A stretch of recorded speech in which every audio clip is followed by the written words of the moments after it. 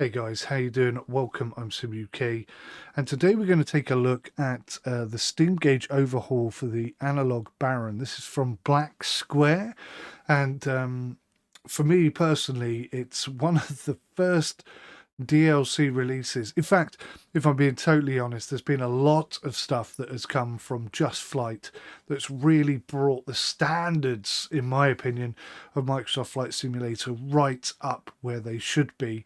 And this is just another example of that. Black Square have brought out a few analog versions now, one for the Caravan, one for the Baron, which I'm doing today. I think there's two others, maybe more. And this is my first look at it. I've got to say, I'm totally impressed. If you don't really understand what the Black Square mod does, it's from one developer who's also a pilot, who believes, and I'm 100% behind him in this belief, that every switch and panel should not only be switchable and interactive in a cockpit, but also integrated. So if you pull a switch or overload a system, it will have an impact on something else. And that's exactly what we have here, which is fantastic. There's also some tweaks to the audio. There's 4K cockpit that's been re-rendered so that it's not only completely accurate, but also looks absolutely incredible. Apparently this is really going to enhance my VR experience as well, because I'll be able to see everything as clearly as I want to. And that's, for me, a massive reason why I'm backing this. Now, if you want to see a technical overview of the aircraft itself, go to the Just Flight website. Look at the videos that are available there, because not only are they so informative, it's unreal, but they are brilliantly done, really high, super detailed quality, better than anything I could put together. So what I'm going to focus on instead is what's the difference. I'm going to take one of these aircraft, I'm going to treat it appallingly, and we're going to see how we get on with that, basically. So we've got the steam gauge overhaul analog Baron, and the flight we're going to do today is the Canary Islands. So we're going to start at La Palma Airport. We're going to fly down to Hierro Airport. Then we're going to go to Gomera, then Tenerife, and then Tenerife 𝗏𝗏. So there's two airports in Tenerife. And then we're going to go to Las Palmas, 𝗏𝗏𝗄𝗀ventura, and then finally Lanzarote. So it's an incredibly long flight. I don't actually think I'm going to be able to fit it all into one video. But one of the extra cool things that you get with the Baron, let's see if I can find a video clip here. So this is the cockpit here, but you can have multiple different cockpit layouts, which is a really nice addition. Now, I'm a bit of a Warbird fan, so I like the really old stuff. I just have more respect for those pilots. No disrespect to modern day pilots who use GPS all the time, but I do feel like the old panels like this, where there's no GPS, are just more appealing to me personally. And there's a fantastic ability here to be able to switch these over. So what this does, the black box, basically it takes one of the aircraft, the Baron from G58, and is it 58, 56? I'll find it up here. Let's have a look. Let's go find this bad boy. The 58. Okay, so they take the let me just type this in here. Oops. Oh gosh.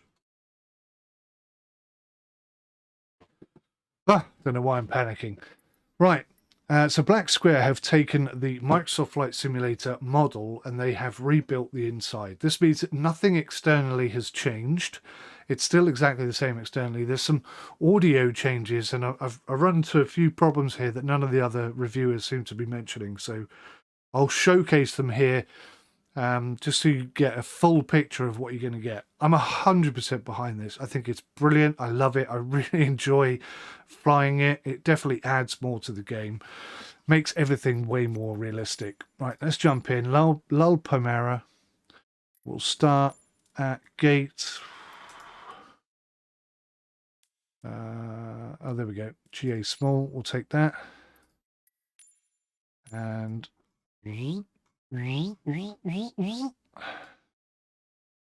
Lanzarote. There we go.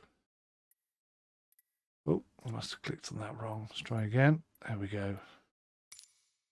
So that's our arrival, but we're going to try as best we can to use RNAV, not GPS RNAV, but before GPS RNAV came out, to utilize the VOR signals. If you don't know what RNAV is, it's like displacement. So let's say that this was the RNAV VOR signal that we're listening to. The system on board this aircraft can calculate where the airport is based on the radial. So let's say that's a radial of, I don't know, 20, 25, something like that. It will say that Gran Canaria Airport is X number of miles on the radial 20, which gives us a pinpoint accurate location here. So we can then follow listening to this signal, but traverse to that point rather than the VOR itself. I think it's absolutely genius. I mean, VOR today is, RNAV today, GPS RNAV today is slightly different. RNAV today is primarily, I believe, still utilizing VORs for VFR flying. This is the Skyways are obviously using their own RNAV implementation and Skyways and such, but the difference between RNAV that I'm going to be using today is that it doesn't draw a straight line from where you are to where it is. It draws a straight line from where you are vertically to where it is. So it's slightly less accurate, which throws a little bit of intrigue and expectation into things. It's good fun. It's good fun. I haven't completed this flight yet. I flew it yesterday and half my panels turned off, which is a bit of a pain in the backside. So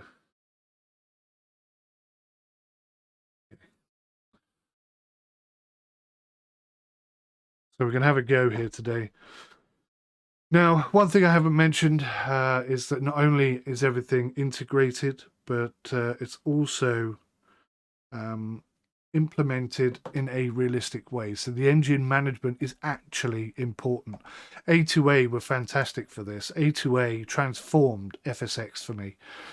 A2A is a company I would go to hell and back for. I'm so impressed with what they've done. And there are rumors that they're working on something in the background for Microsoft Flight Simulator 2020. And I would say that the steam gauge overhaul from Black Square is in the same vein somewhat. Have I got my headphones on? Nope.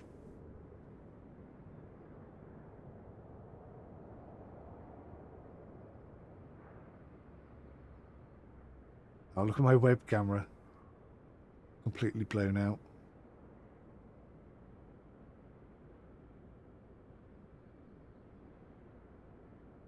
So you can see I've got my full panel up. I've got a radio panel, which I won't be able to use because the computer is so much faster than me. So he/she will tune in before I've even got a chance to do anything. It's kind of crazy. Right, let's see if we can get this aircraft started. So first thing I'm going to do is get some batteries in the place. I'm not going to follow the proper procedures, and I'm not going to do that just for a time benefit, But at some point I will do the correct startup procedure. I do have a bit of an issue. I'll show you this now. My left rudder pedal, the brakes are constantly on and off. It's missing a spring. It's been missing a spring since it started. Why has this not come on? Oh, there we go.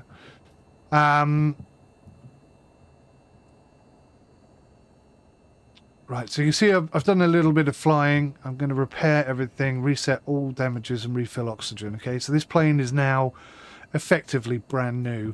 I'll show you the panels real quick. This is what we're going to fly with today, but there are two variants. There's the GTN-750, which is a free mod that you can download at the moment. Then we've got the, I think it's the 580, is it? 530, sorry. And then we've got the additional option over here to include the KNS-430. But we're not going to use any of that. We're going to go old school.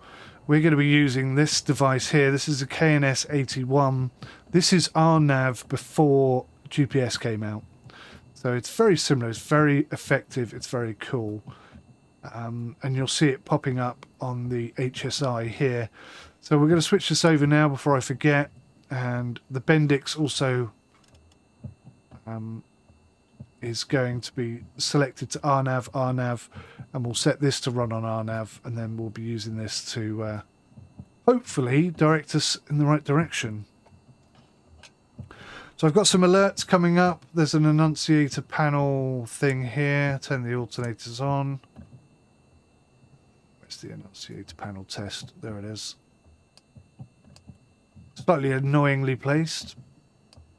But you can see all the annunciator panels coming up, so they're all working. Open the window so we can hear the engine. So one of the bugs I've noticed, and I don't know if it's just me, it could just be my system, but one of the bugs I've noticed is if I don't have the fuel pumps on, I cannot hear the engine. Equally, if you're trying to start the engine and you don't get a good start, sometimes the engine noise is missing as well. So just listen out for that and let me know if you can hear it in the video.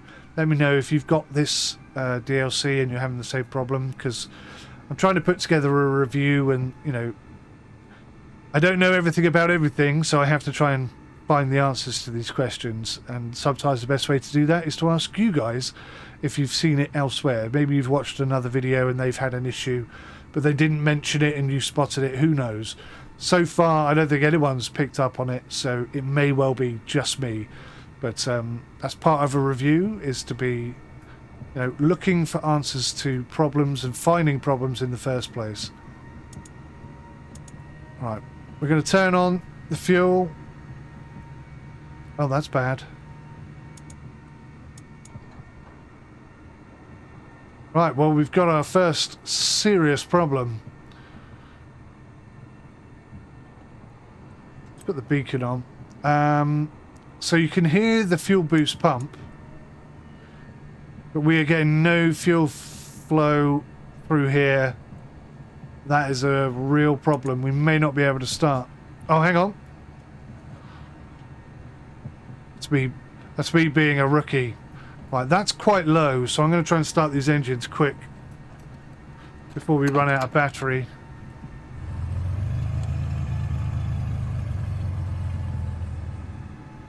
Nearly.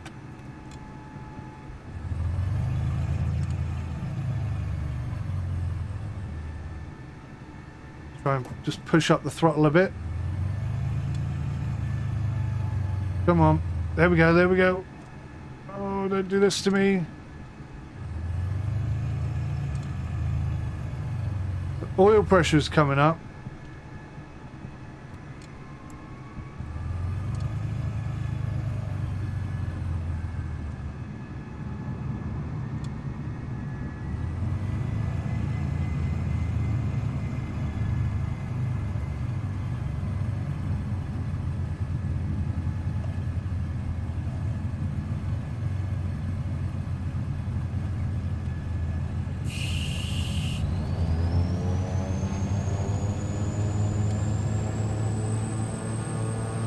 I think we got one going. Let's have a look. We've got engine, the right engine going, so we'll bring that RPM right down. And then we'll just try and get this left one going now.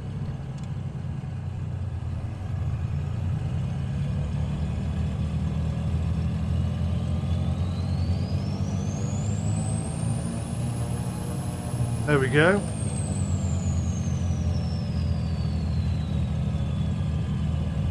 Scary moment there for a content creator. I'm going to shut this window.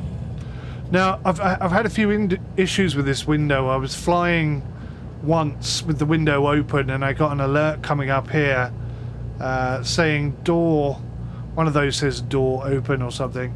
I shut this and it went off. Now, that may just be coincidence. I'm not entirely sure. But then in another flight, I was flying along and I opened the window and immediately it said I'd overstressed the aircraft and it was game over. We had to start the flight again. So I've had a couple of cracks at this. Let's get the avionics on.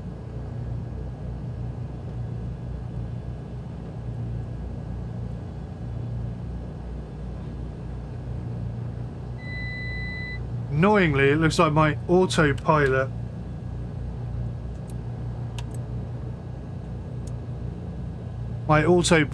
panel is not working properly again. I think that's a Windows problem. I'm going to have to try and sort that out. So I'm going to be a little bit blind on that front, but everything else seems to be working fine.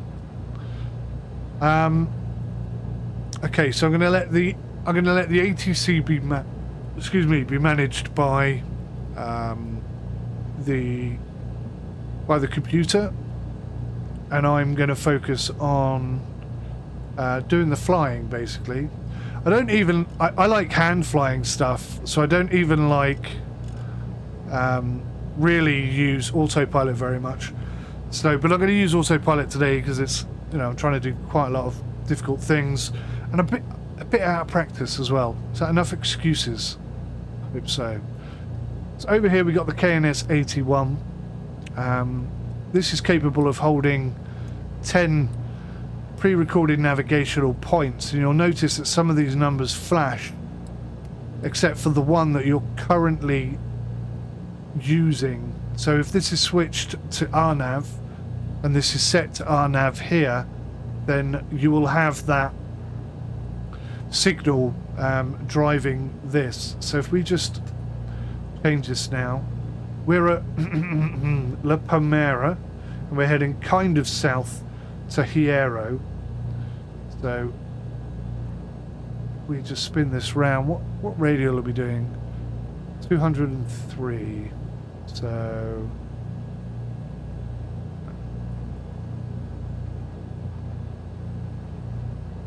something like that.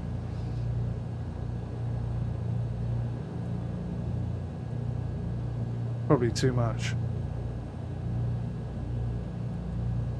Maybe something like that. So we'll be leaving here today, probably heading north, depending on what ATC say. And then what we're going to do is we're going to use the VOR here, down at El Hierro, Golf Charlie Hotel, India. We're going to use that frequency, which is 113.2. You can see it's on the thing there. 203, and it is 0.1 miles from the airport. So we will,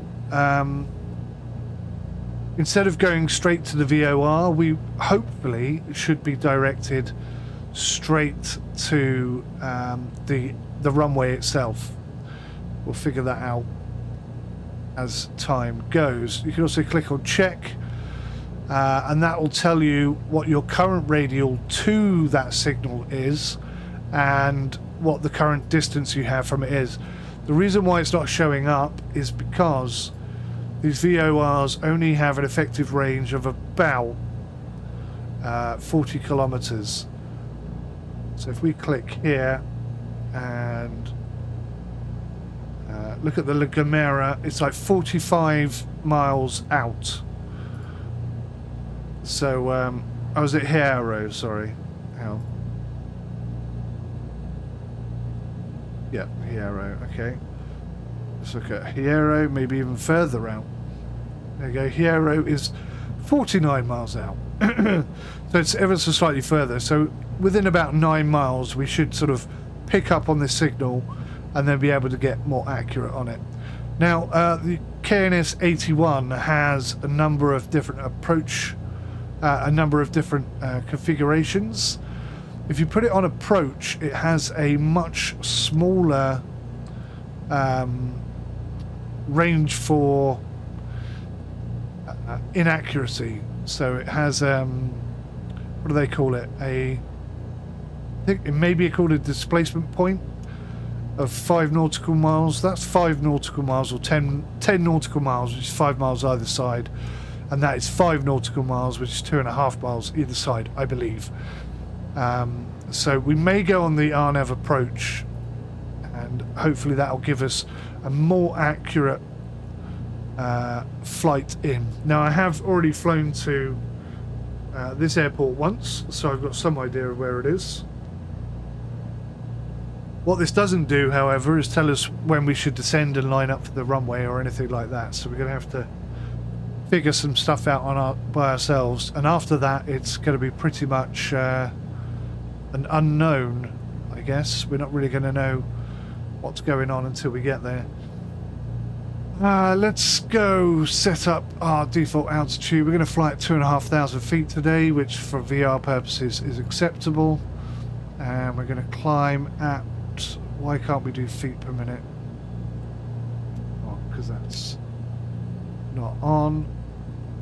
So we'll do 1,000 feet per minute. It's quite a powerful aircraft. We can cope with that. And for some reason, oh, that's my bad. Oh, okay, I know what I'm doing. Sorry. It's because I can't see the dial on my SciTech panel, so I'm changing values without seeing what it's actually changing. Right, 2,500. There we go. Right, we've got the flight director popped up on here. Decision height indicator there, which is, I believe, led by the radar altitude. So if you're below 200 feet, that will pop up. And I think we've given the engines enough time to warm up, so I think we're ready to go. It might help if I turn these off. Sounds a bit better, if nothing else.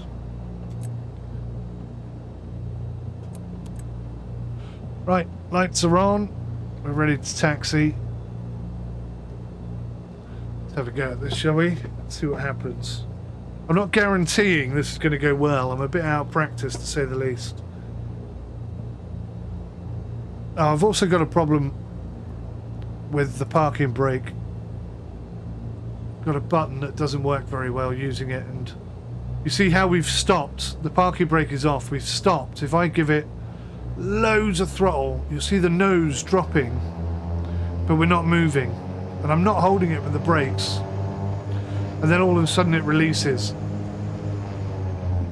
I think that might possibly be a bug as well.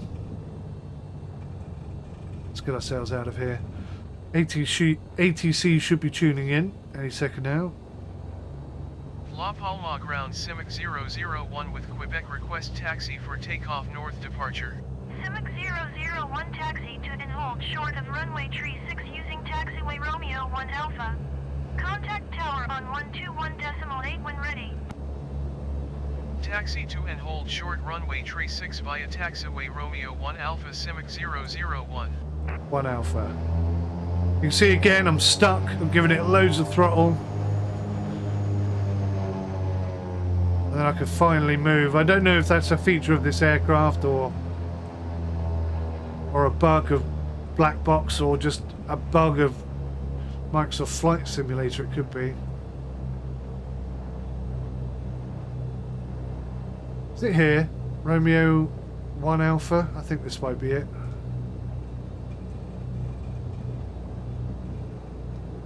La Palma Tower 𝗦𝘂𝗃𝗍𝗏 1 ready at runway 36 north departure. 𝗦𝘂𝗃𝗍𝗏 QNH29er.9er2 wind north departure approved. Cleared for takeoff runway 36. 36. Okay. Cleared for takeoff runway tree 6 𝗦𝘂𝗯𝗀𝗡. 1 notch of flaps. In fact, we'll go 2 notch of flaps because this plane does not want to take off sometimes.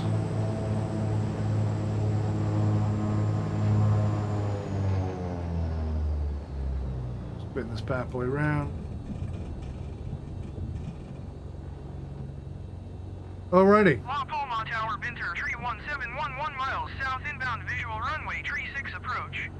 Binter, tree 17 Palmas Tower. KNS-81 wind calm cleared, visual runway, tree 6 approach. Let's get going. Cleared, visual runway, tree 6 approach, Binter, tree 17. We're going to open the cowl flaps because the engines are getting a bit hot. Sat there too long.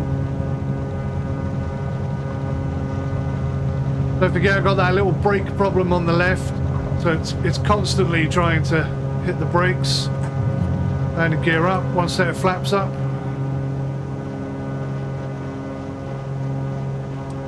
Flaps up.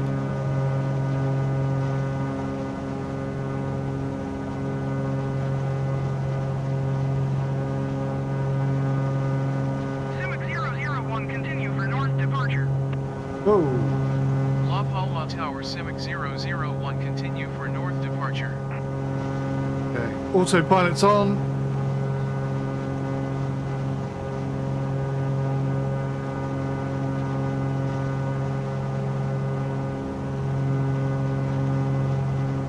We're going to start rotating. Get ourselves on the radial we need to be on.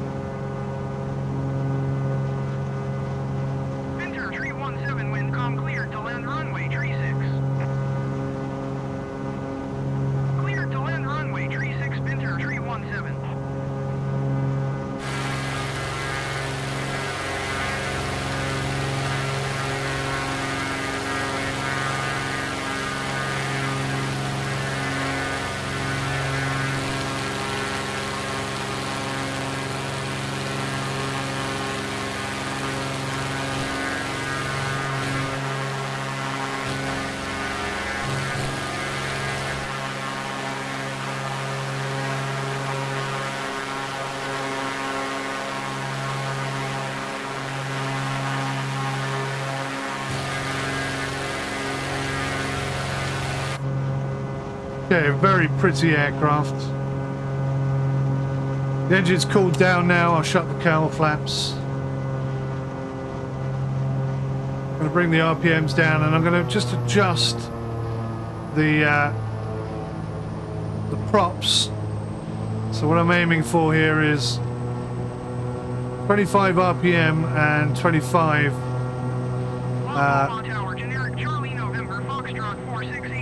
on the manifold pressure. You can see we're just slightly off that.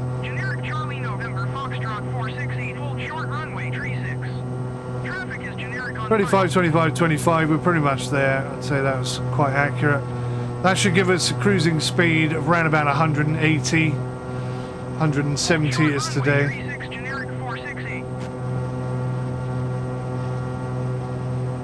So you can see we're not getting any feedback off of this radio signal right now.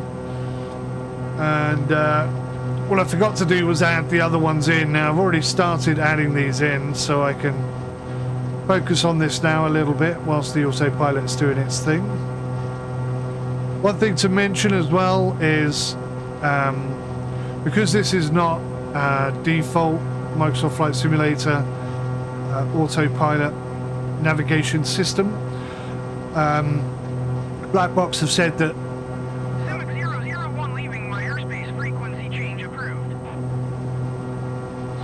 Tower 𝗦𝘂𝗯𝗀𝗡, frequency change. Change of frequency. 𝗦𝘂𝗯𝗀𝗡 is type Beechcraft B58, 3 miles southeast of La Palma, 2,500 feet. Request flight following.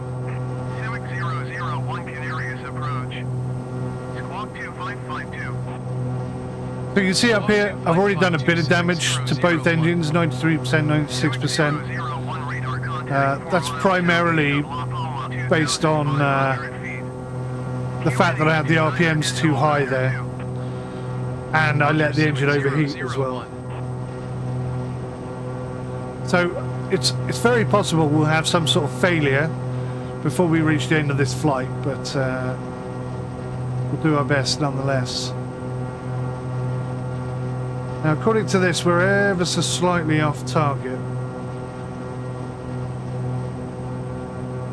But we haven't picked up the signal yet, so I'll wait for the signal to come in. Alright, so number 2. Let's go find number 2. So once we land here, we're going to be turning and heading up this way. So what I need to know is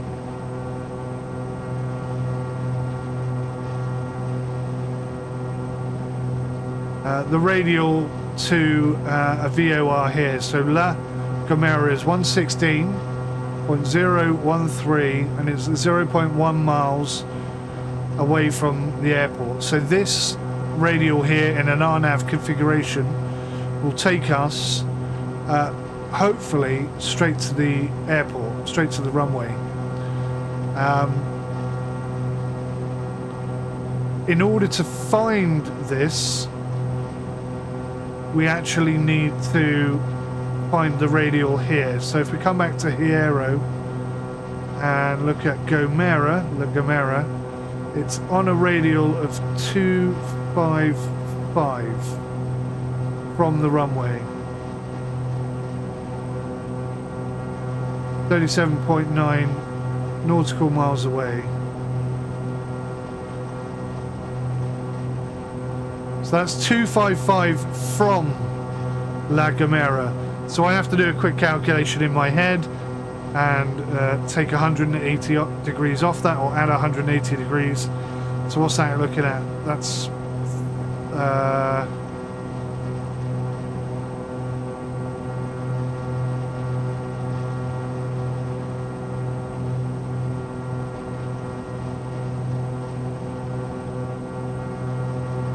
75 degrees.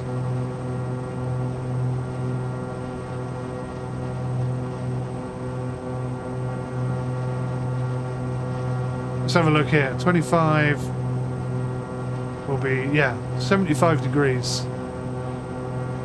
Okay. So that's the angle we're going to have to come out of here at and head.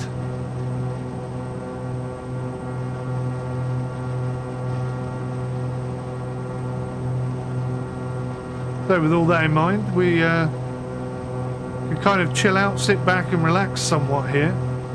I've got an anti-ice alert coming up on my Bravo throttle. This is a nice little attachment. I don't know if you get that in the default, but something else you can move. Got the fuel panel selectors are down here, and out the back here, God only knows how you would get access to it. But there is a manual handle that allows you to lower the landing gear in case you have an electrical problem in that regard. We come up here as well, just trying to think of things to show you.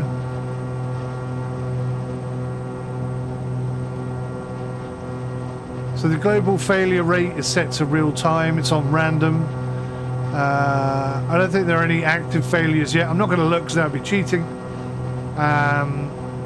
We have some detailed settings. So engine failure can happen anytime within 10,000 hours. Engine fires can happen anytime within 30,000 hours. Left engine magneto could fail at any time in 2,000 hours. And that kind of seems to be everything there is. But I know you can foul the plugs, and there's a lot of engine configuration and stuff.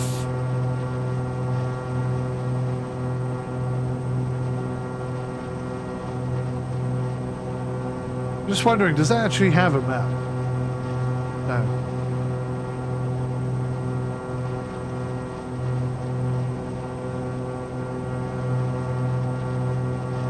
There's some things in here I don't know how to use. I don't know how to use this yet. This is basically just your squawk. This is the autopilot. This is... 001 contact Canary Center on 119.3.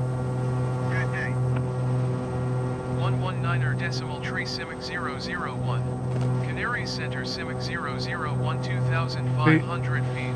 The game tunes it in instantly, and I can't possibly turn it quicker than that. So that's that done. We can use the KNS-81 obviously this is radio comms, but it could also be navigation comms if we so chose. Yeah, it's all pretty good actually. This over here, obviously this is the engine management system, the EDM 760. This is quite advanced apparently, and I don't really do much with it because I don't know how to yet, but that'll be something I look at in the future. We have a carbon monoxide test, which is currently not giving me a yellow alert, so there's no carbon monoxide problem. And this is kind of cool. Remove winter baffles when OAT, that's outside air temperature, exceeds ISA plus 3 degrees Celsius. Winter 627 descend and maintain 12,000 feet. Was that me? No. So, yeah, so Climb and maintain 12,000 feet, Winter 627. it's 11 degrees Celsius in here, which is not that warm actually. So maybe I could turn the heating on. I've not really messed about with this. Heat. Pilot air vent. Descend and maintain 6,000 feet, Winter 627.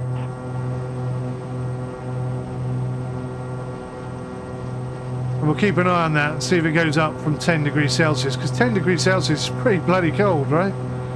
I thought it would be warmer, truth be told. Right, how are we doing? Looks like we've got 8 minutes to get there. We are currently 24 nautical miles from our destination, and according to this, we're slightly off course.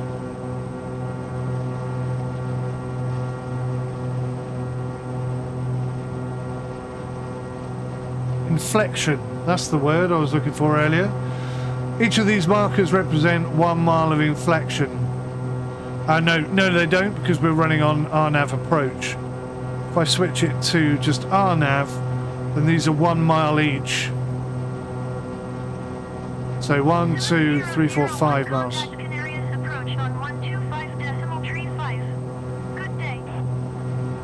Haha! I did it. 125.35 for 𝗦𝘂𝗯𝗀.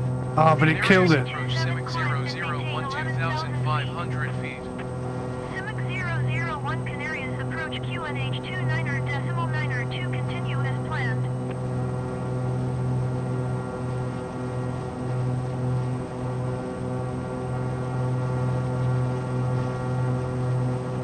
Okay. So let's have a look at our first airport.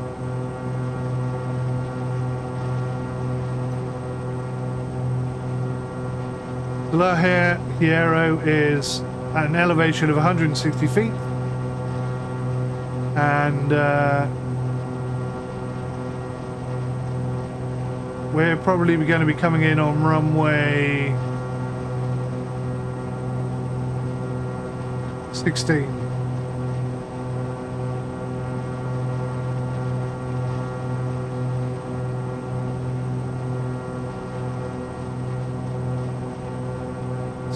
Slightly over that way.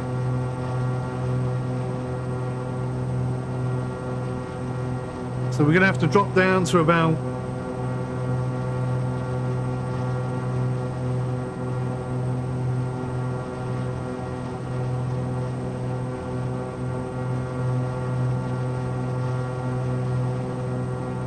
about 1,000 feet.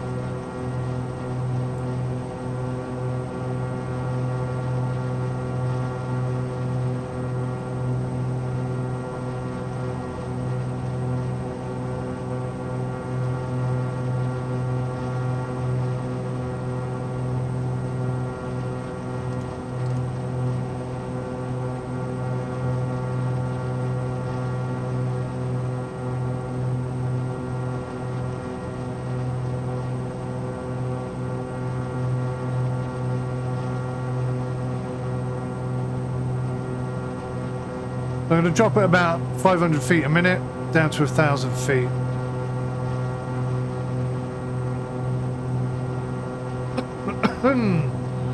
Excuse me.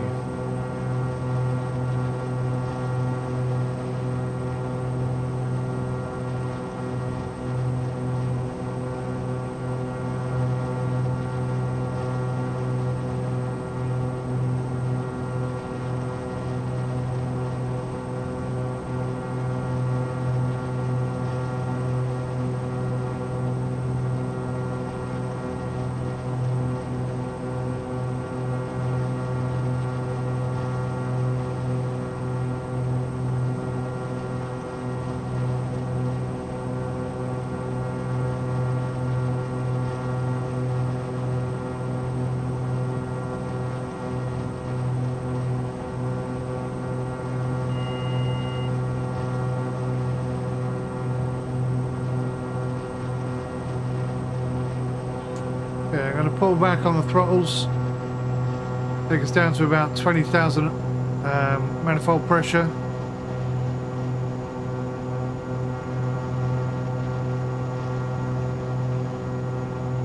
Slow our speed down.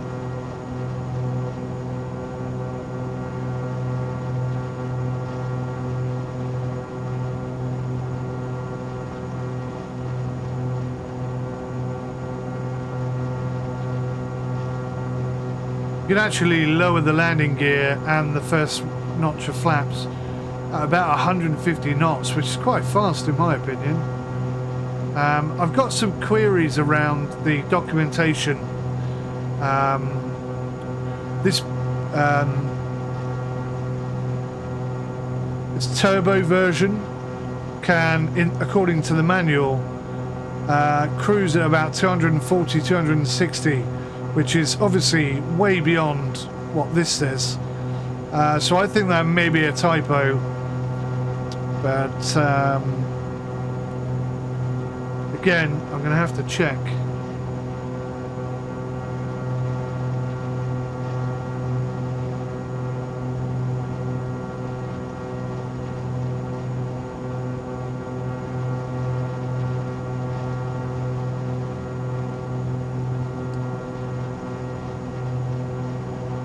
Okay, we're at 1,000 feet, almost.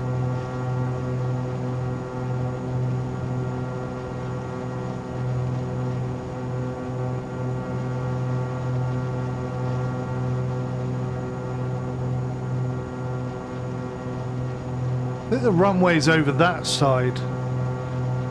So we've not exactly come in exactly where I was hoping we would. Seem to be flying dead towards the VOR instead of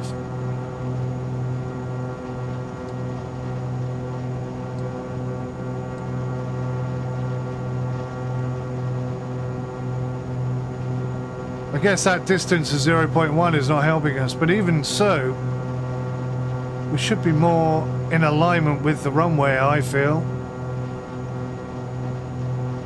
Alright, what did we say the runway was?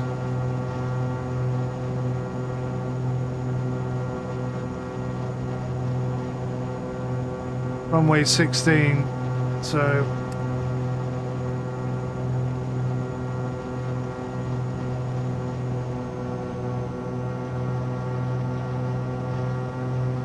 got the manifold pressure even more, that'll slow us down even more.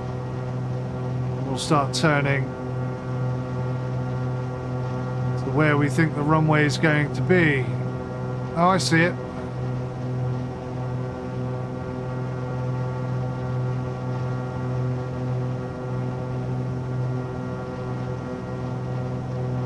Do I see it? I thought I saw it there a second ago. Right, gear down, flaps down, autopilot off.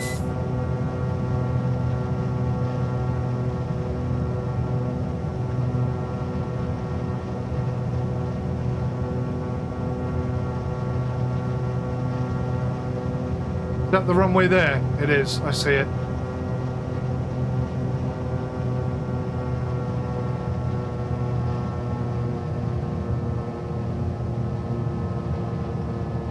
quite difficult to see, I have to admit.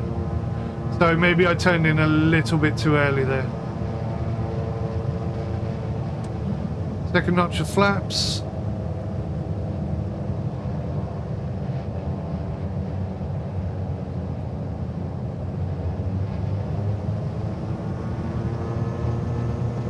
Still a bit rookie with this aircraft, to be honest.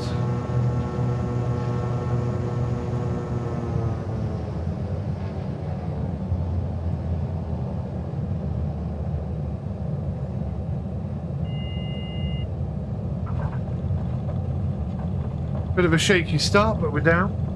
All right, maximum throttle.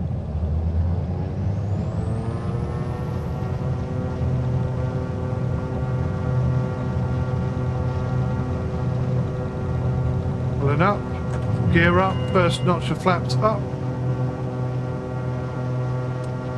Full flaps up. Approach 𝗦𝘂𝗯𝗀𝗡 is type Beechcraft B58 1 mile southeast of Hierro 300 feet. Request flight following. 𝗦𝘂𝗯𝗀𝗡 Canarias approach. Squawk 5044. Squawk 5044 𝗦𝘂𝗯𝗀𝗡. 𝗦𝘂𝗯𝗀𝗡 radar contact 2 miles southeast of Hierro 900 feet. KNS-81 Roger 𝗦𝘂𝗯𝗀𝗡. Right, we're going to switch over to radial number 2 now. And as we know, we've already looked at this. So we want to come over here to Gomera Airport. And that is a...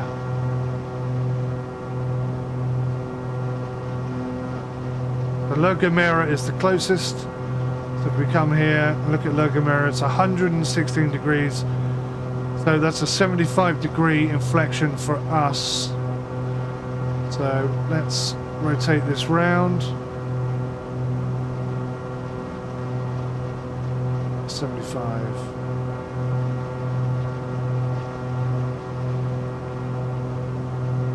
We'll turn our heading. Make sure we're on the heading Meakin.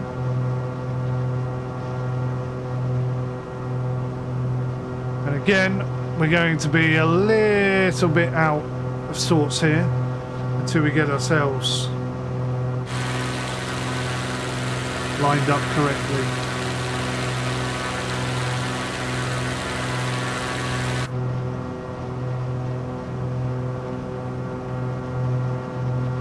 So let's take a look here. Gomera Airport is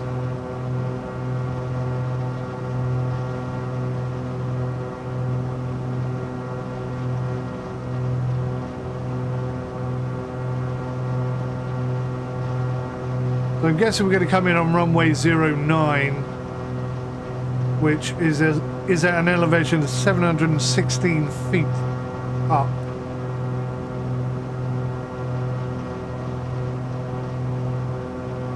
So we're well off the line here. So checking that I'm on heading. It's going to bring us back into alignment.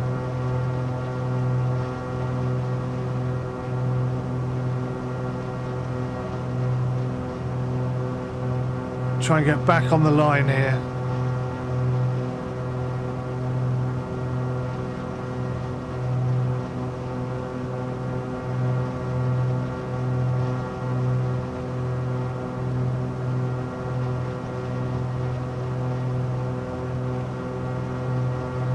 So yeah, it's pretty high up, nearly 1,000 feet up. So we're not going to have to drop any altitude. We can just come in straight as we are.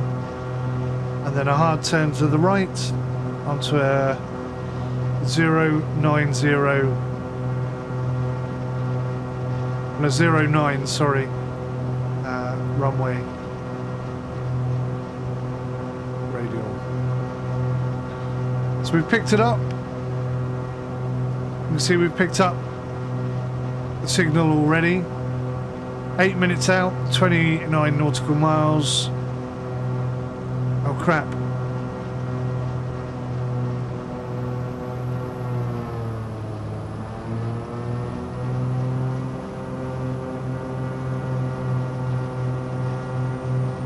We're going really fast here. We're doing like 215 knots. Slightly distracted. Try and get back on that line. See if I've done any damage to the engine there.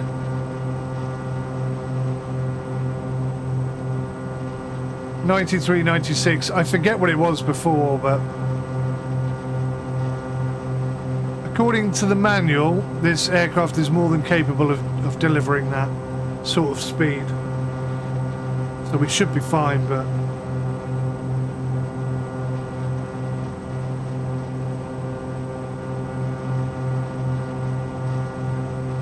makes you wonder, doesn't it?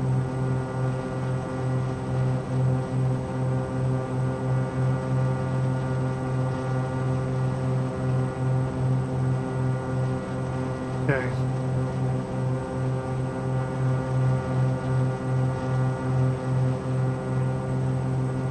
Eight minutes is not long.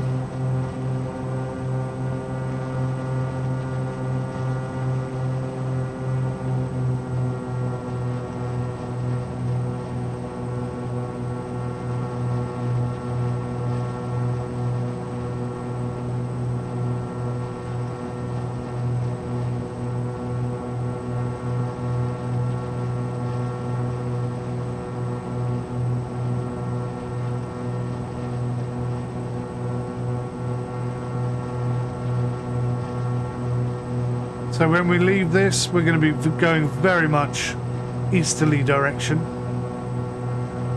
towards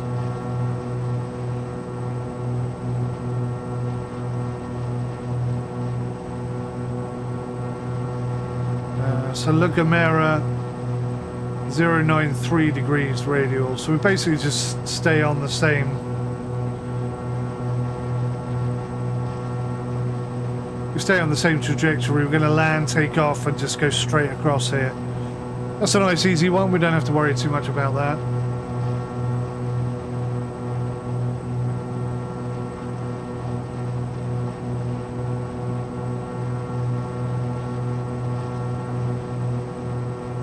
𝗦𝘂𝗯𝗀𝗃 contact Canary Center on 119.3. Good day. Going to 119.3 𝗦𝘂𝗯𝗀𝗃 001. Canary Center 𝗦𝘂𝗯𝗀 1000 feet. 𝗦𝘂𝗯𝗀 Canary Center QNH29.9.2 continue as planned. We seem to be at 1,000 feet, which is weird. We should be at 2,500 feet. Guess I haven't quite got the hang of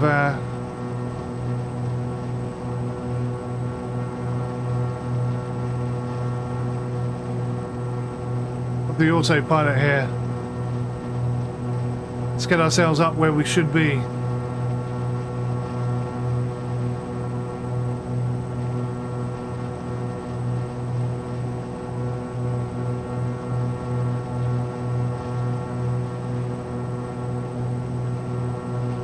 Again, I reiterate, I'm deliberately not paying any attention or care, due or attention to the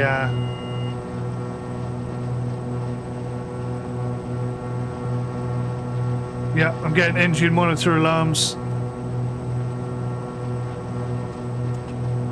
Gonna open the cowl flaps. Hopefully let them cool down. They're both getting too hot. And I'm deliberately not giving it any throttle here because I really want to damage the engines. I want to see what happens if I treat it really, really badly.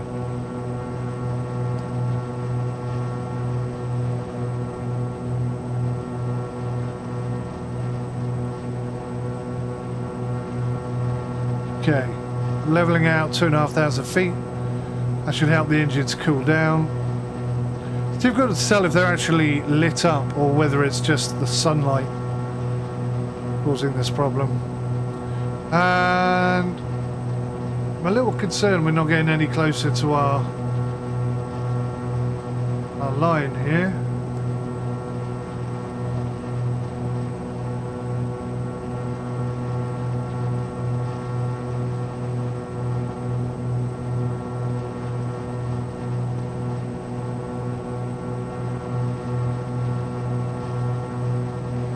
think I see the airport. Yeah, I do. That's the airport over there. I guess we can just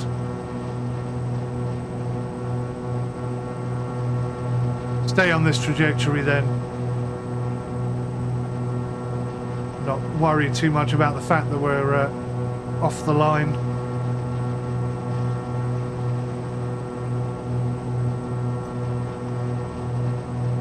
Four minutes.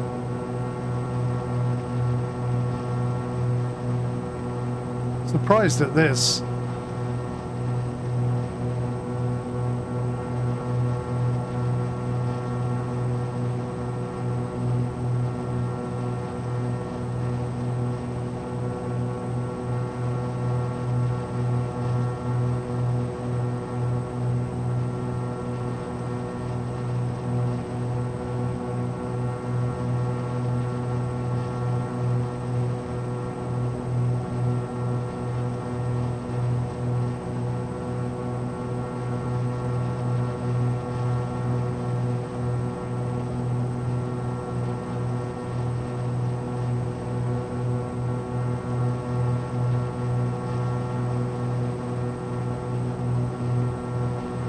Okay, well, not to worry.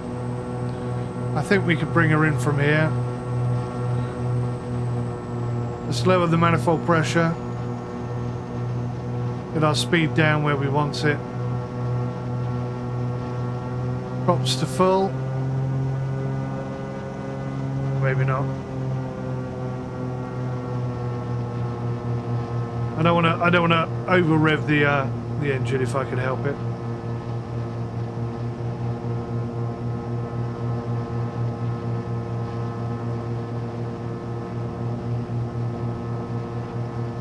Okay, so last thing I'm going to do is drop 500 feet.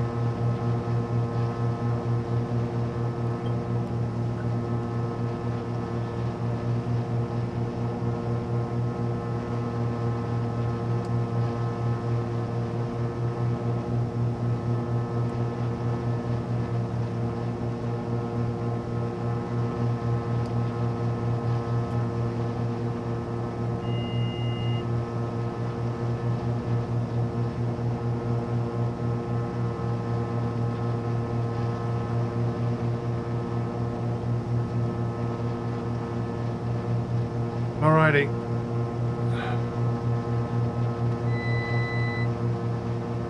Autopilot off. Gear down. Flaps down.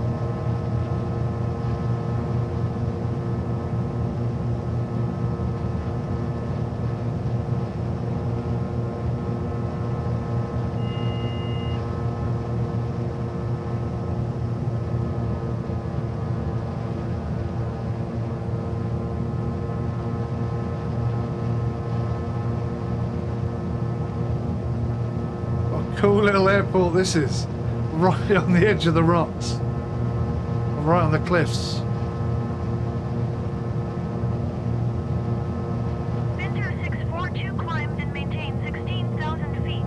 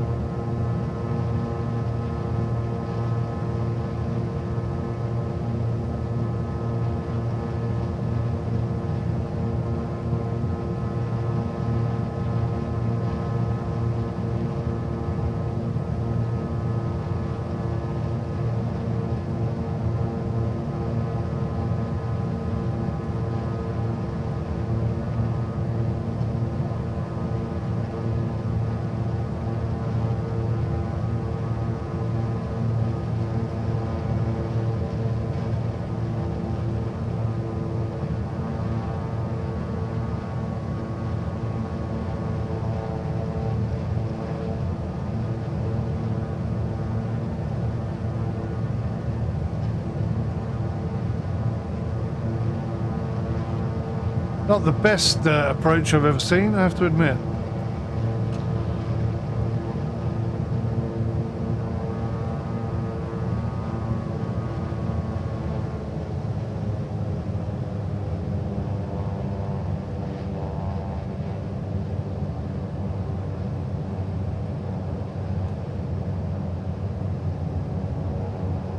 May have a bit of thermal and crosswind going on here.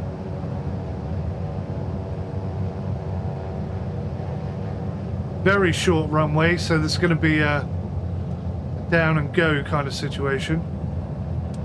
Second notch of flaps, primarily to help us get us back off the floor again.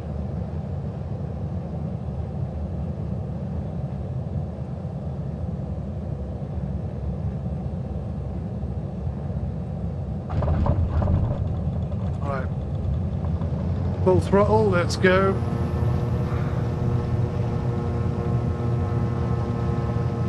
First notch of flaps up, gear up. Flaps up. All right.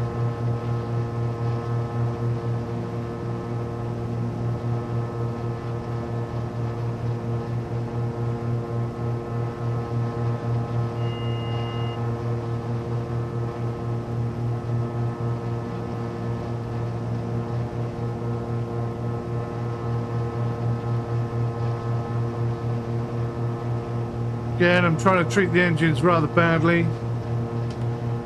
Autopilot on.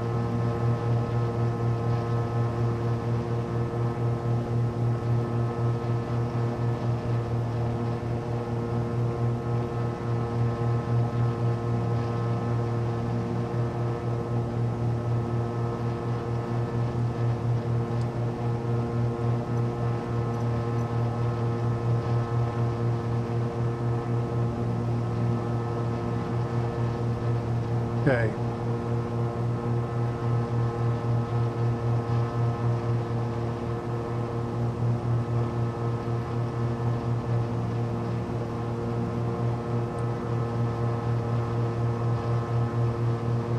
Switch to airport island number 3. Let's take a little look at that. So this is Tenerife. We're flying towards, hopefully, 116.4 rather.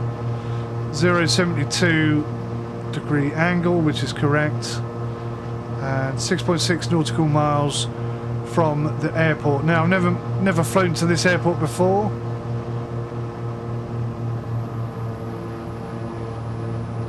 Manifolds down, PM up. Perfect. Okay. So the temperature's come up a little bit. Look, not much.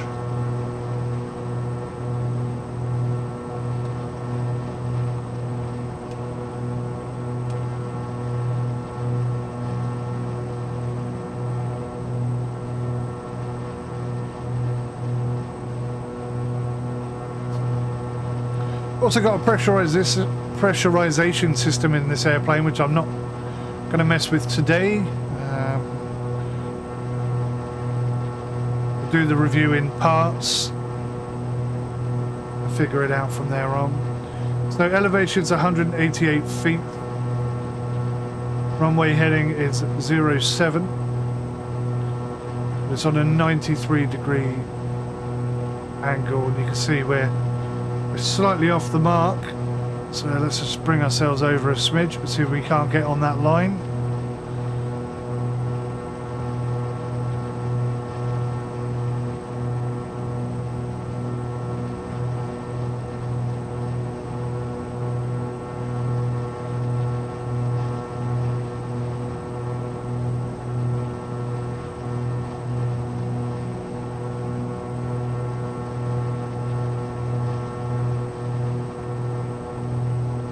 Eight minutes out.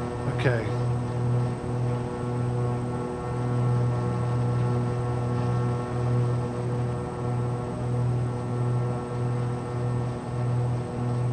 Start scanning the horizon.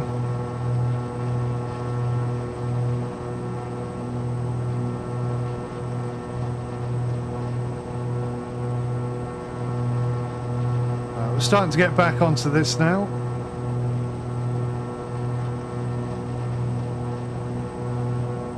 Start turning in.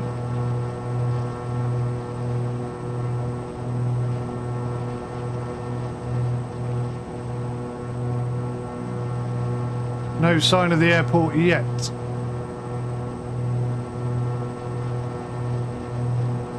Probably just over that hill.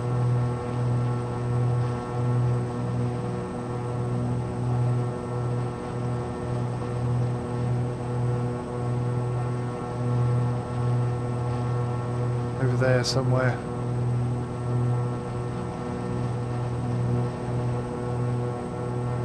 Seven minutes out.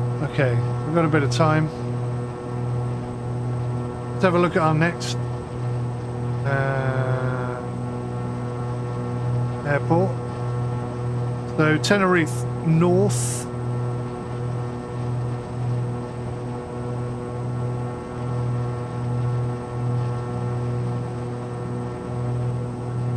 So we're going to head nearly north, basically.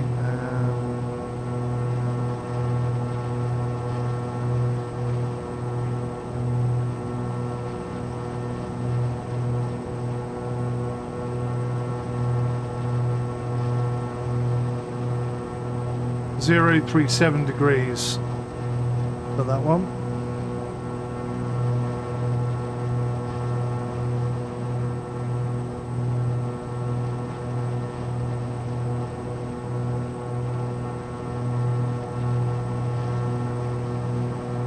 What's the elevation here?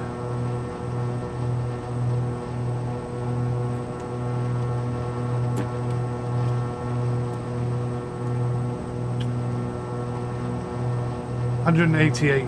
Okay. So we're going to have to get down to about 1,000 feet.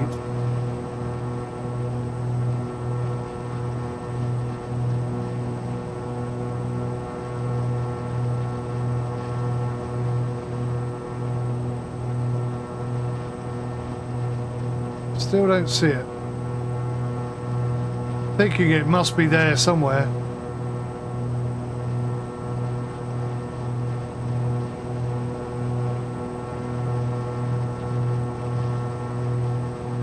Oops. We deflected the other side.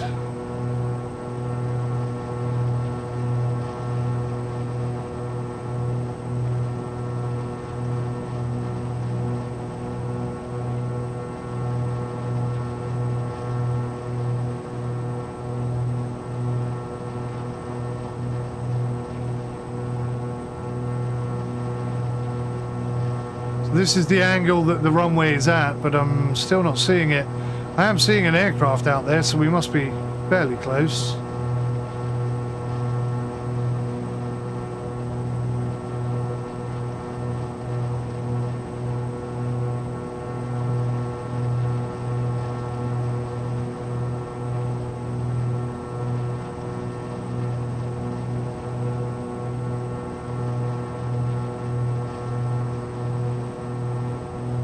Is that it?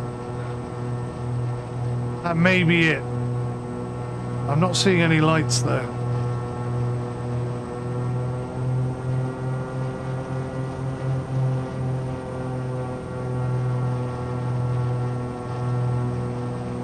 Right, let's descend to 1,000 feet.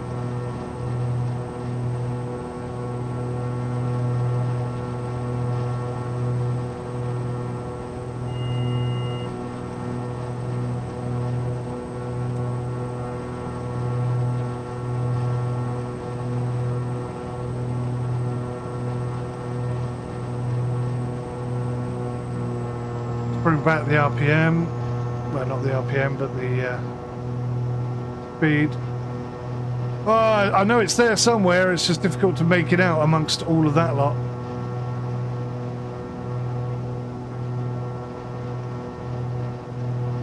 How many minutes does it reckon?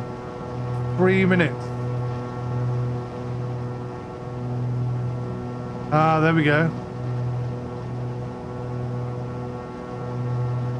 There are the lights there. I think that's it.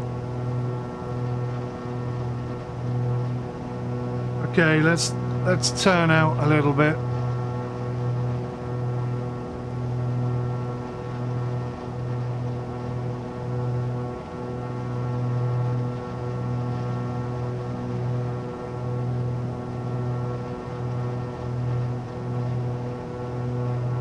Give ourselves a good 90-degree angle to come in on this at.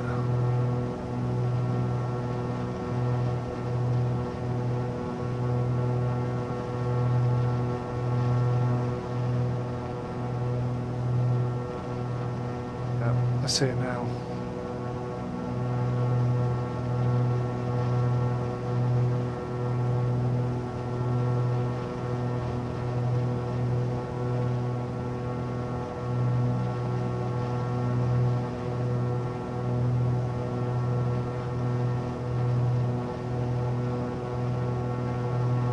Alrighty, here we go.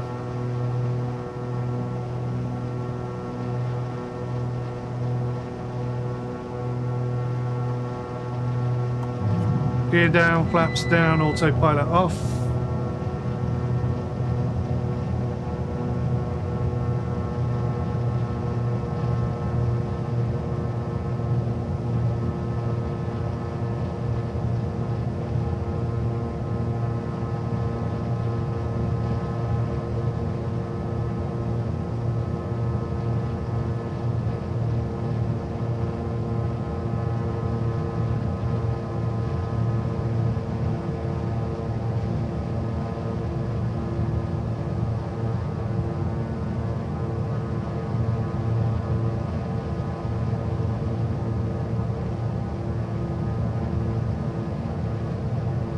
Good.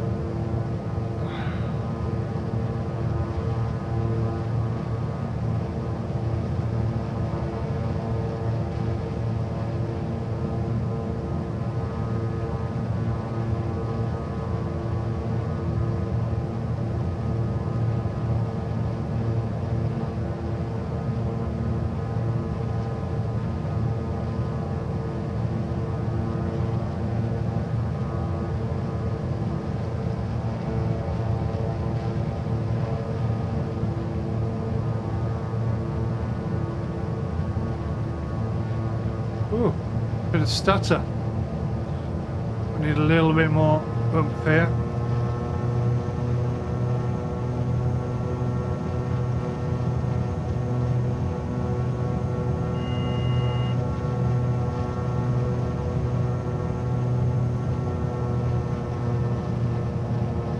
Everything's gone blurry, that's weird.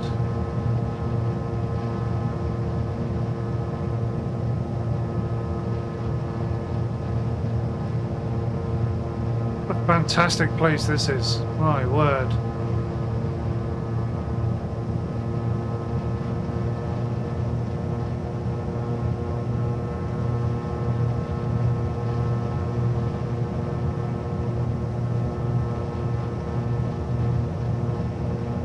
Screw the glide scope, that's what I say.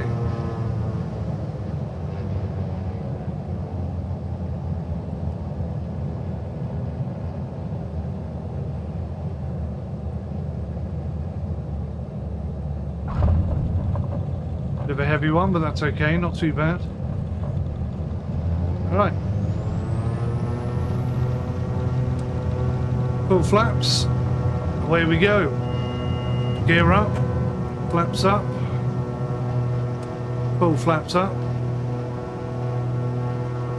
job's a good one. Approach 𝗦𝘂𝗯𝗀 is type Beechcraft B58 1 miles northeast of 𝗦𝘂𝗍𝗍 500 feet. Request clearance to transition Charlie airspace. 𝗦𝘂𝗯𝗀 approach. Squawk 1211. Squawk 1211 𝗦𝘂𝗯𝗀.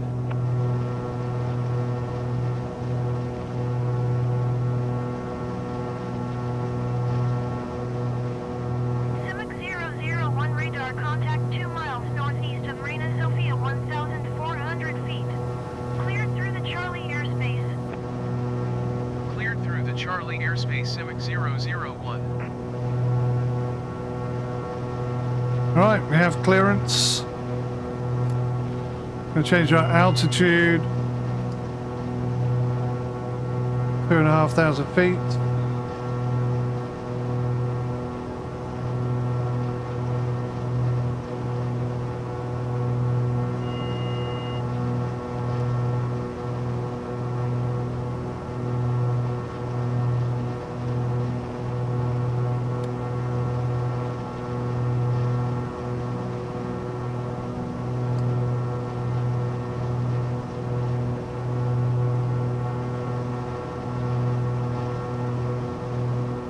Right, so we need to be heading north.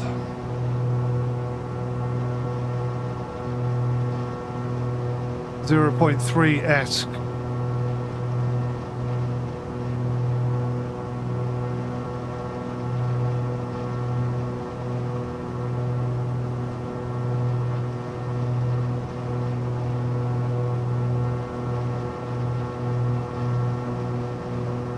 I think we're going to need some more altitude here.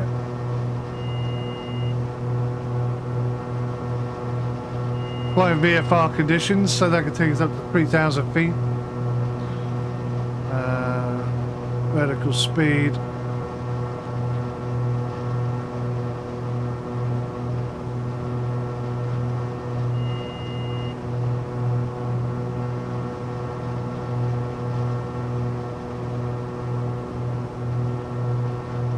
Alrighty.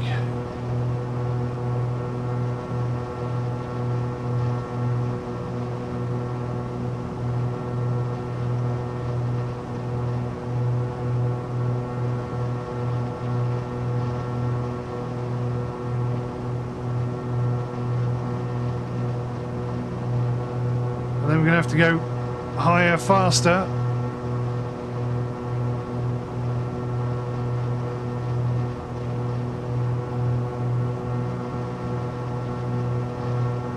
Maybe 3,000 feet isn't going to be enough.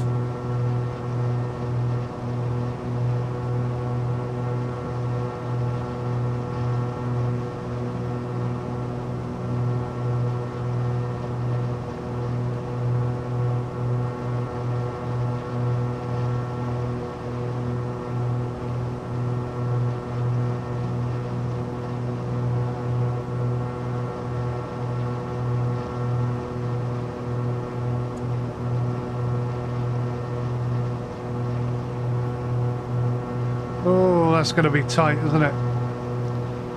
If I get this wrong, we're going to have a problem.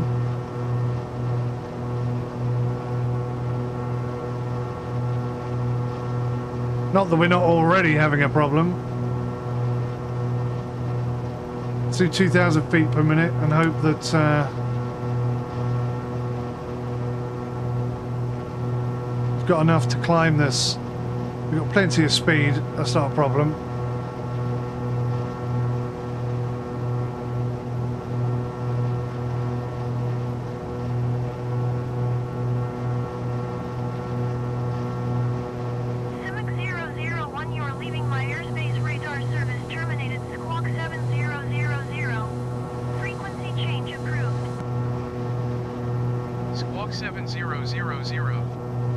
Frequency change approved. 𝗦𝘂𝗃𝗃001. Man alive, we're having to climb this bad boy. 𝗦𝘂𝗃𝗃 𝗣𝘆𝗺𝗃 4 miles north of 𝗦𝘂𝗃𝗃 4,900 feet. Request flight following. 𝗦𝘂𝗃𝗃01 approach. Squawk tree 232. Squawk tree 232 𝗦𝘂𝗃𝗃 5,000 feet, 7,000 feet. Okay, I should have zoomed in and looked. Radar contact 15 miles north of 𝗦𝘂𝗃𝗃 6,000 feet. KNS-81 Roger 𝗦𝘂𝗃𝗃001. Ooh, mummy.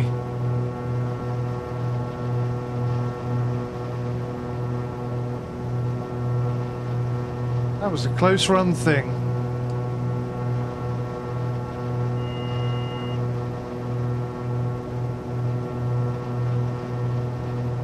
Alright, we should be high enough now. Look at that.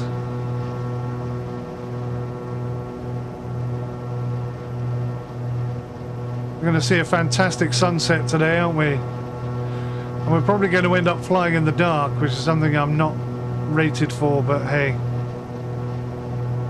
Only one way to learn. Am I going north?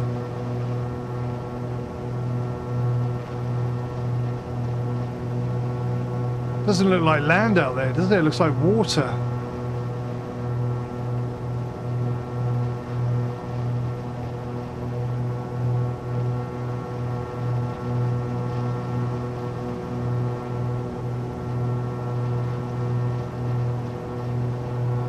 That must be the runway there. Blimey, okay.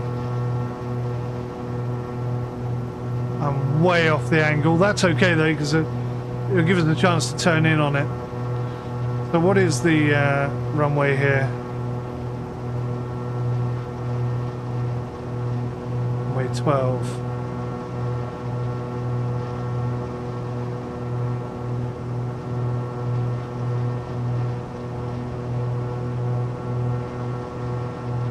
Okay, let's start slowing it down.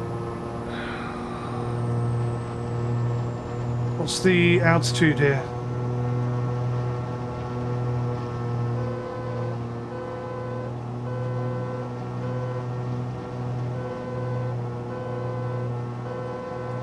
(2,000 feet). Okay, so if we go to altitude, we're going to want to be down at about 3,000 feet. Vertical speed.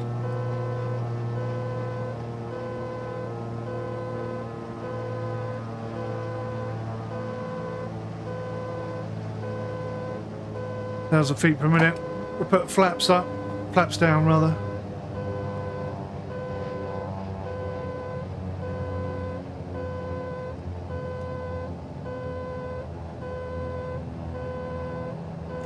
We'll put the gear down to stop that alarm.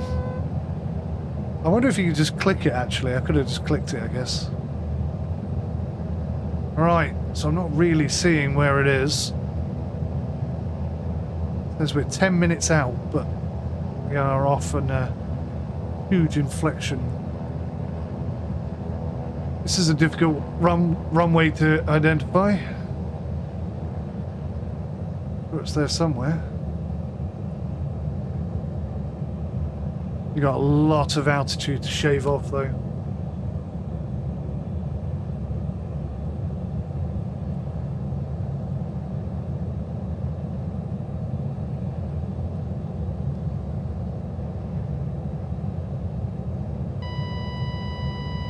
To say we're nearly at stall speed here.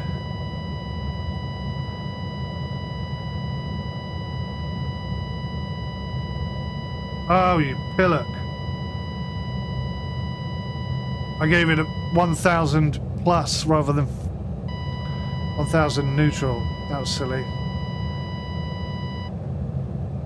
That's a rookie mistake right there.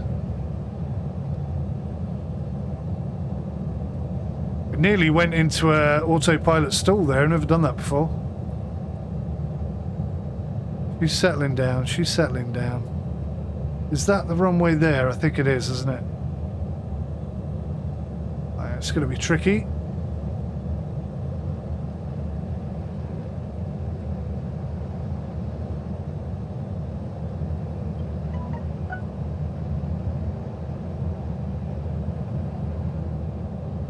Beautiful, beautiful, beautiful.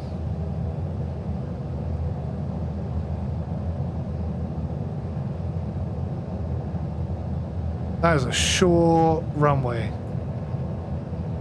Okay.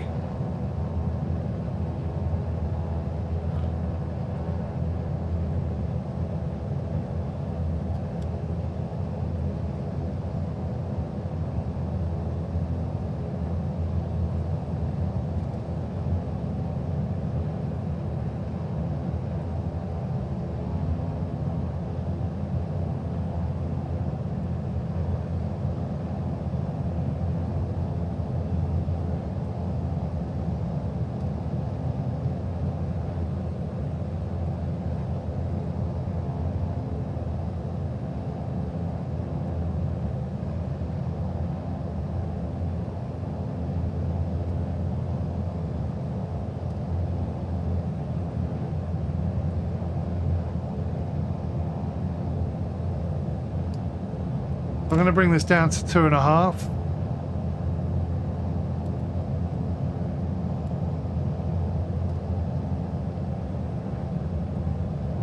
We have good solid speed. We're looking good. Can't actually see the runway anymore. There it is. So let's turn in on it.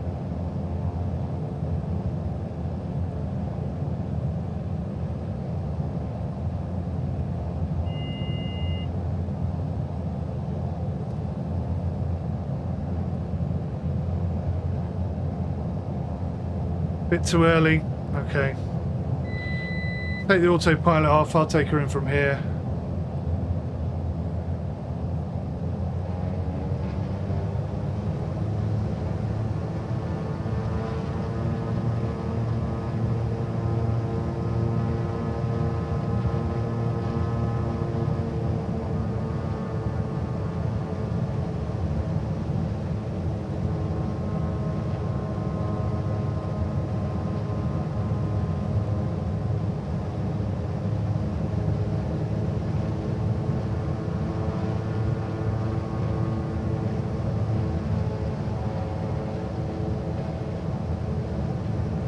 First time I've ever seen this runway. It's always difficult first time you come in with, you know, no GPS, no map, no tracking, nothing of the sort. Does make things quite difficult. Got a little blue light popped up here. That means it's bloody cold. 8 degrees Celsius. I'm going to have to get the heat situation sorted out. We're quite off target here, aren't we?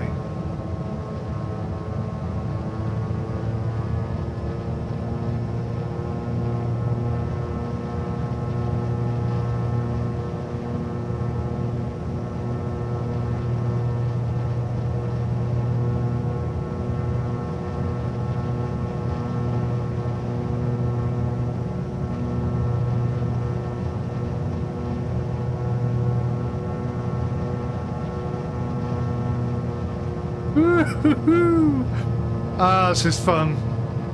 It's kind of scary that all the light is going, but at the same time I'm really enjoying it, so...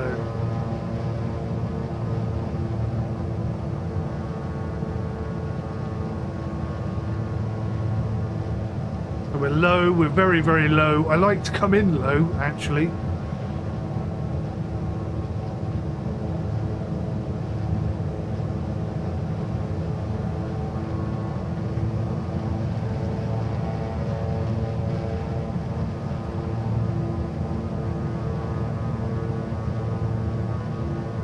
As soon as we get on the glide slope, I'm going to drop that second notch of flaps.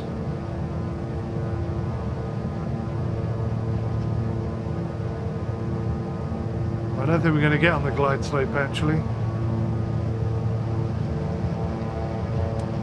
Second notch of flaps.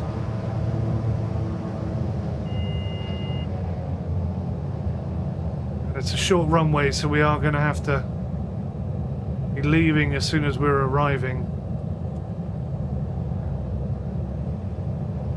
Oh, oh, whoops. Took too much off it there.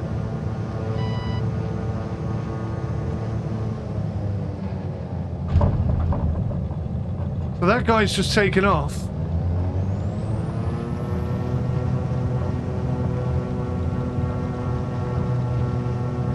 Gear up, flaps up. ATC is obviously not talking to me anymore. That guy should not have been there, really.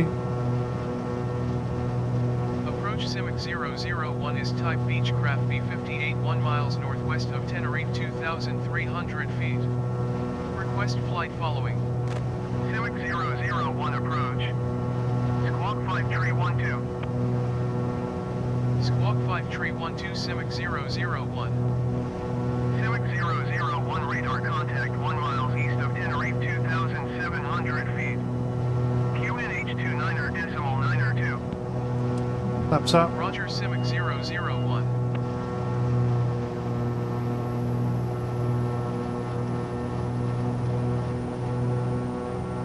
Absolutely glorious, this, isn't it? Right. So we're on to our next island, which is off on a radial of 132.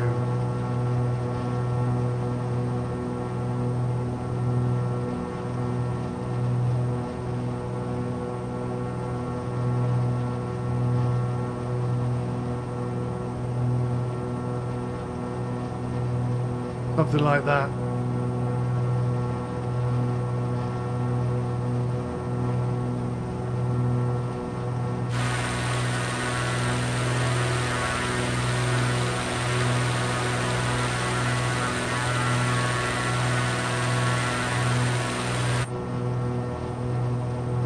Jolly good fun, this. Jolly good fun.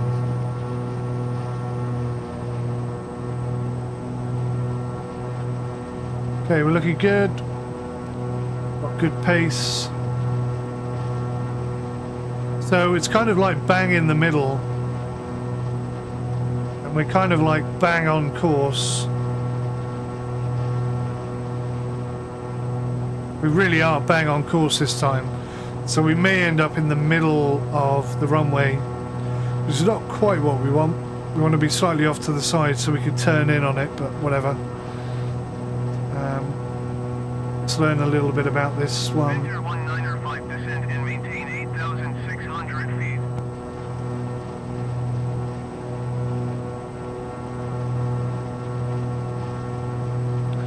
Okay, so we're at 2,500 feet. 8,600 feet. Enter 195. Enter 195. Contact Canary Center on 119.3. Good day. Some mountains here that are 3,000 and 5,000 feet high. So I guess we want to kind of stay left of those. Going to 119.3. Enter 195.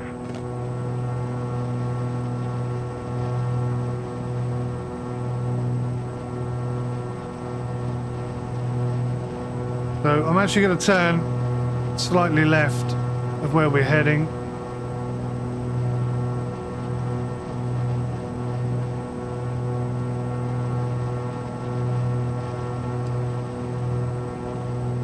I need to get some lights in here. I'm not quite sure where the lights are.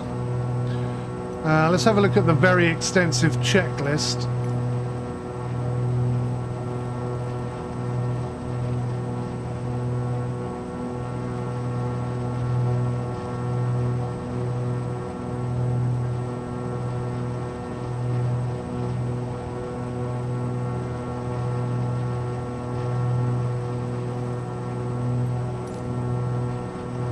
I don't think we have anything that's going to help me. We just have to look. So we've got some pitot heat. I'm going to turn those on because it may well be cold. Windshield and prop. So I've got the pilot air vent on and the cabin heat up to maximum.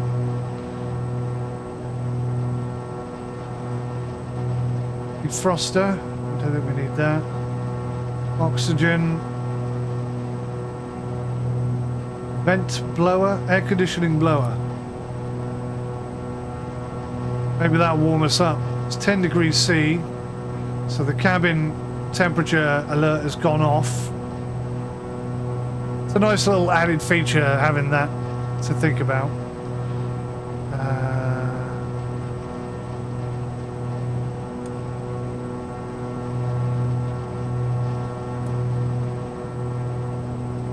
I'm going to pressurize it now. How do I turn my torch on?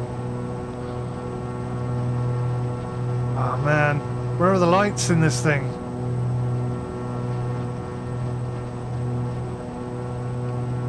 There we go.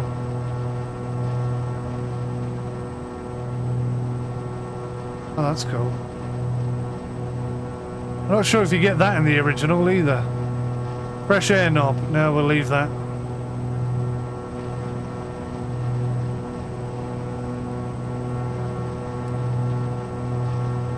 So pitot heat and windshield heat are now on. We've got some lights. What I need is a light sort of here. Where could that be?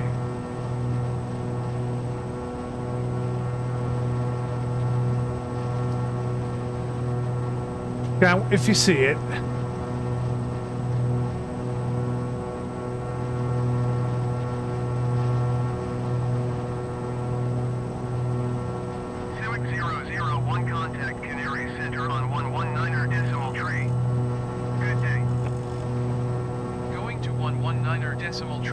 𝗦𝘂𝗯𝗀𝗋.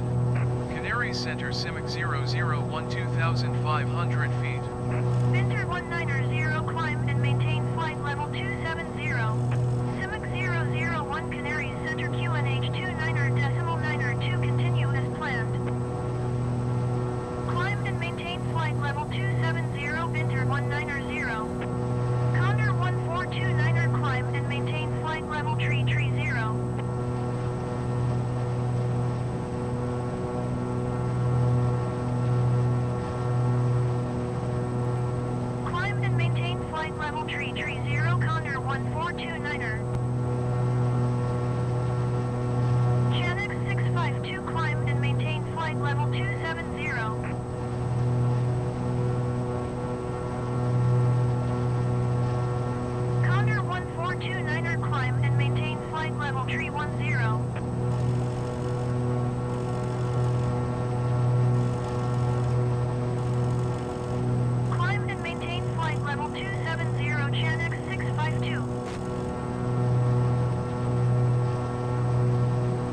we're not getting any lights.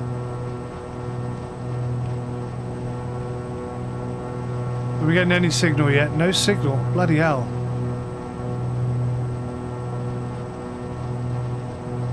Channel 652 climbed and maintained flight level 290. Winter Tree 18 climbed and maintained 15,000 feet. Climbed and maintained Panel flight lights. level 290, Taxi lights, landing lights, landing lights. Flood lights. Climbed and maintained 15,000 feet. Winter Tree 18. Wing lights. Interesting. Winter Tree 18, you are 25 miles northwest. Maintain present heading and altitude. Expect ILS Hotel runway 21 right approach via TGN-10 transition. Cleared to TGN-10.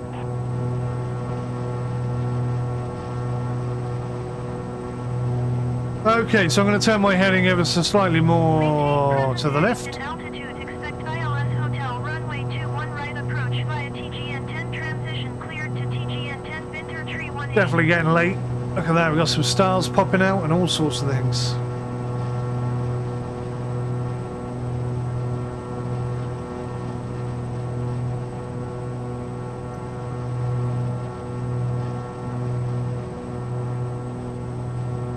I guess you can't turn on the cabin lights, I don't know.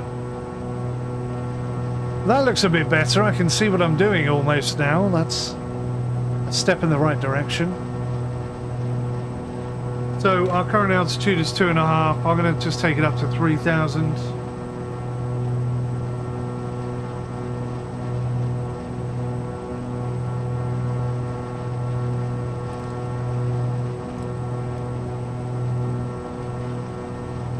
God damn it. Winter 128 climbed and maintained 15,000 feet.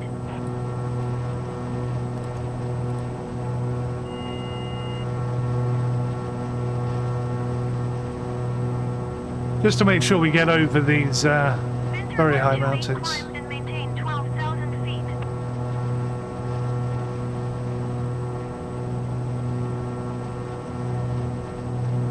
A lot of lights out there now.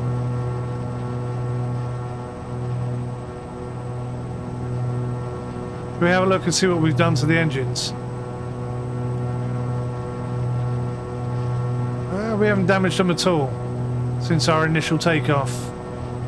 Bit of a shame, still as I am actually trying to do that.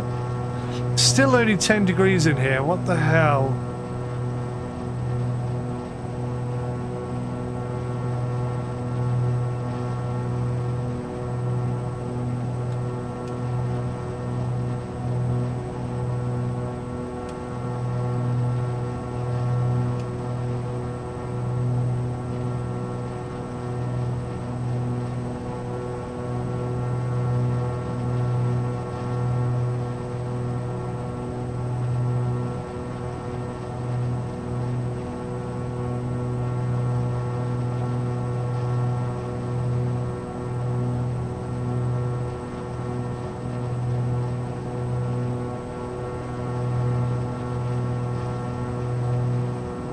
Cold in here now, 9 degrees.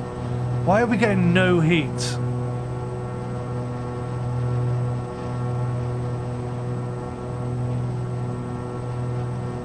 Ryanair 5556 climbed and maintained flight level Tree 10. Winter Tree 18 contact Gran Canaria approach on 121.3. Good day.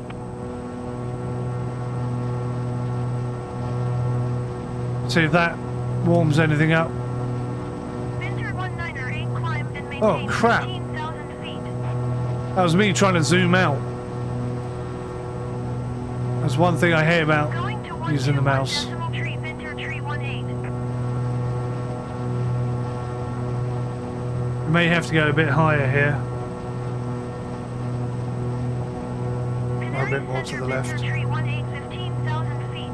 Winter 190 climbed and maintained flight level Tree 30. Winter Tree 18 Canaries Center QNH 29.92 continue to TGN-10 as planned. Climbed and maintained flight level Tree 30. Winter 190. So we're going to be taking 21 right, I guess.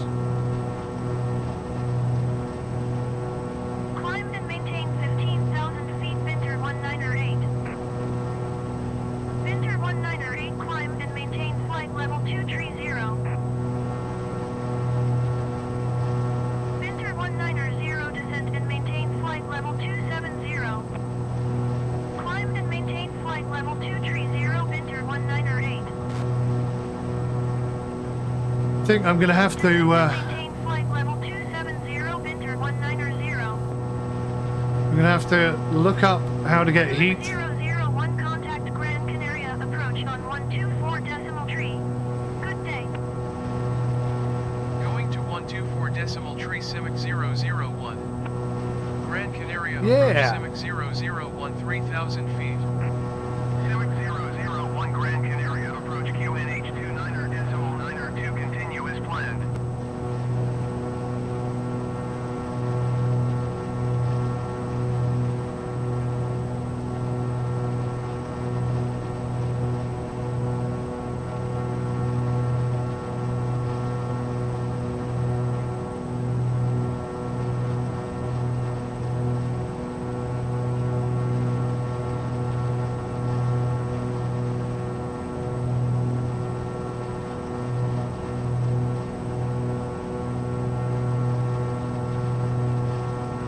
So once we get past the mountains, there should be a lot of open ground. And we should be able to see the runway quite easily.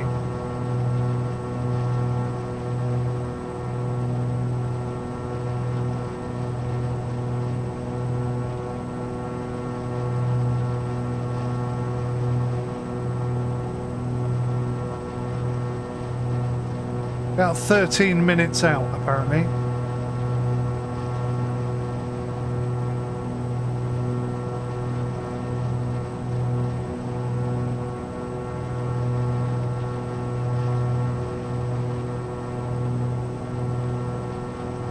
Yeah, we're definitely getting no heat, are we? I don't really understand why.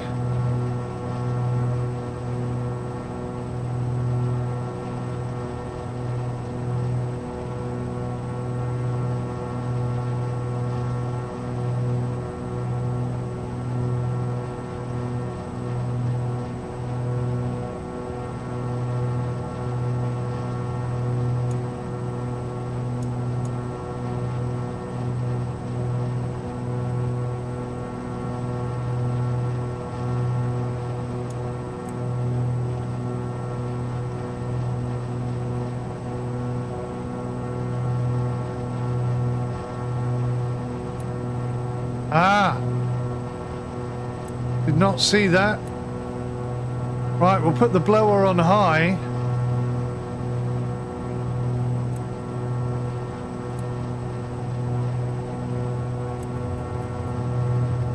Right. So that cabin heater ignition, there's a small engine up in the front here, and that's going to get us warm really quick. Look at that, 13 degrees already. 14 degrees, 15 degrees. It's like proper hot air coming in now. It's also a potential source for fire, so you've got to be careful with it apparently. That's 18 degrees, 19 degrees. Right, I think we're warm enough. 20 degrees, that was a real kick of heat there.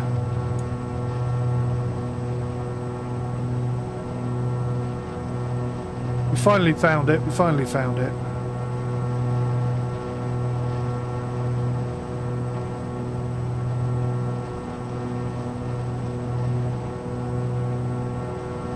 Right, I see the runway, let's get ourselves prepped.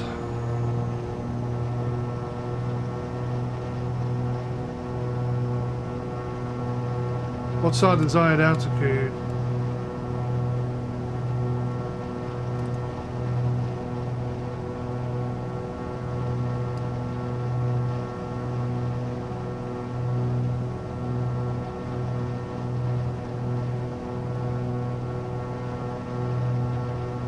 $77, so it's really low, okay.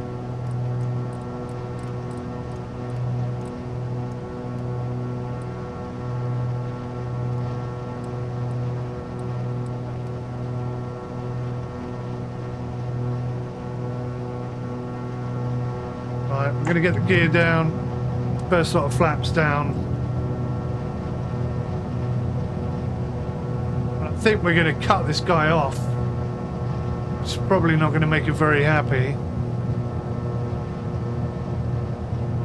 AC door is open.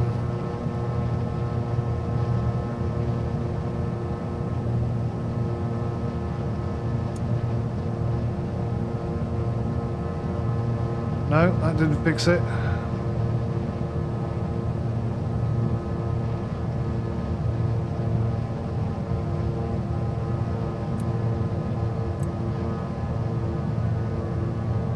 I got it. Okay. So we're going to be coming in right after this guy then.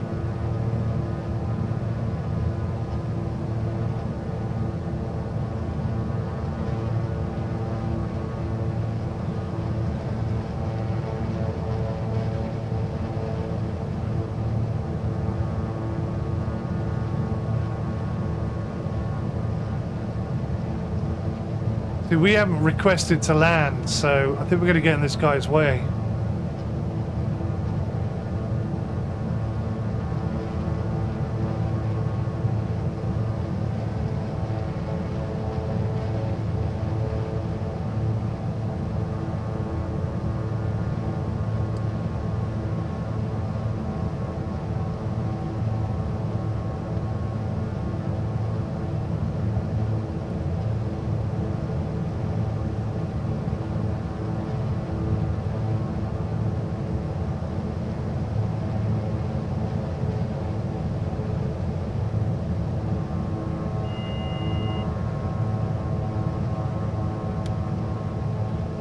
Okay, I think we're all right. It's going to be a bit tight,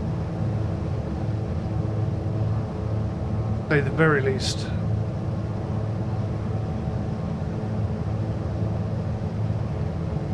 Changed my mind. I don't know what this guy's doing now. He's close. Is he landing or what?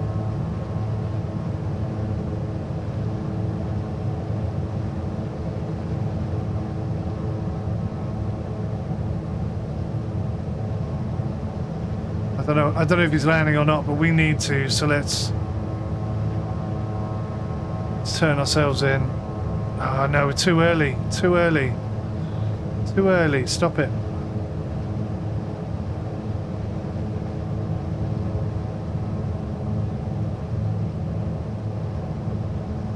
He is making me so nervous. I think he's coming into land, I just...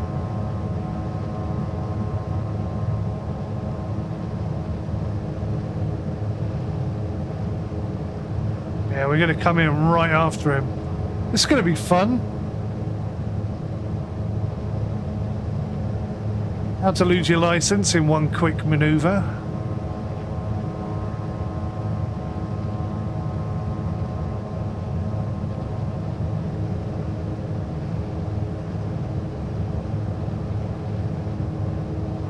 I guess he's a good indication of where we need to turn in, I guess. Look at this, look at this.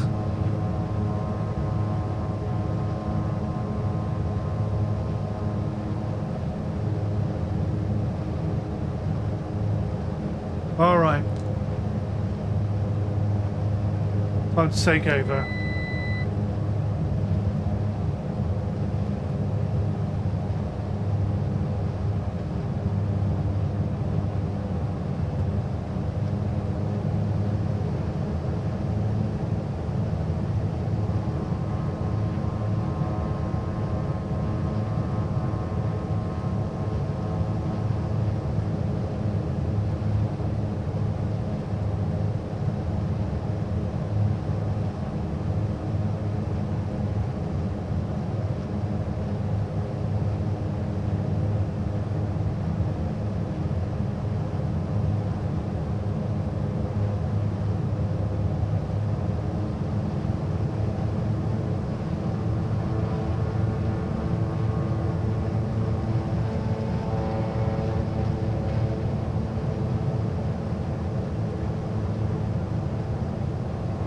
Gear is down, flaps are down. Second knots, flaps are down. Let's get ourselves nice and slow here.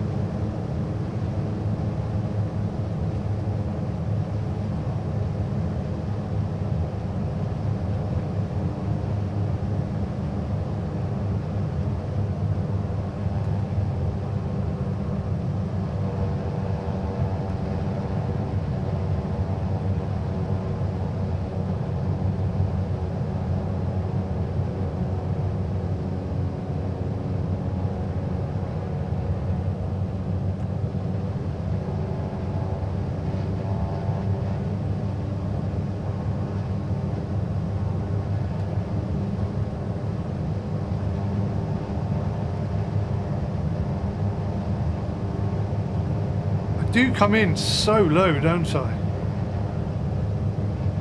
I don't know why I do that. The habit I need to break.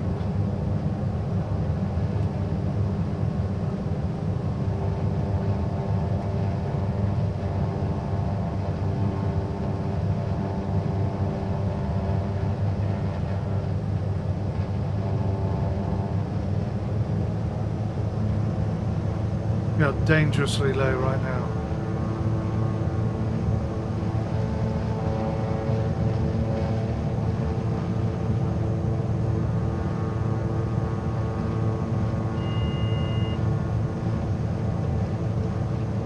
Approaching stall speed.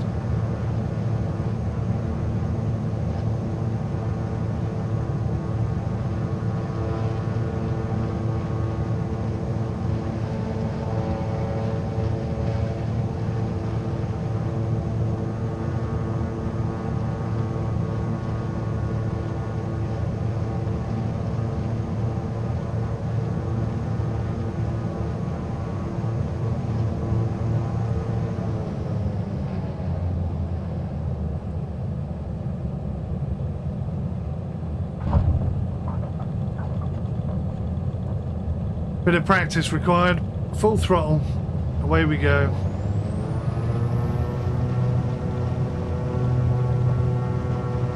Gear up. First notch of flaps up.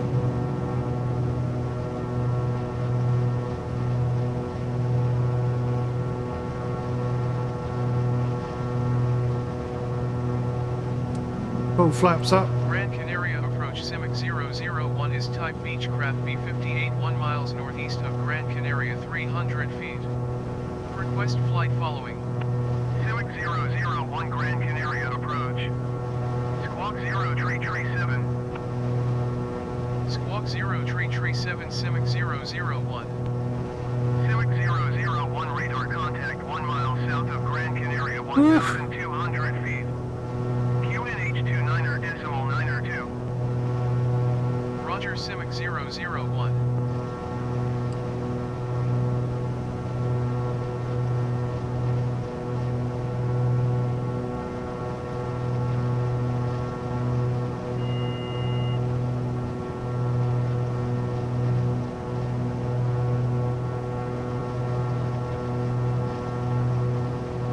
All right, so far so good. Are we low?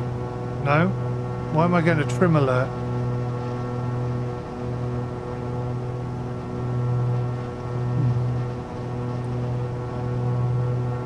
Next airport.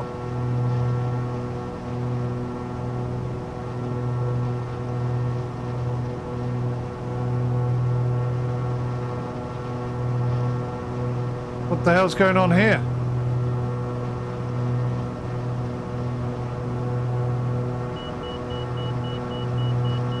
We're over speeding. Autopilot off.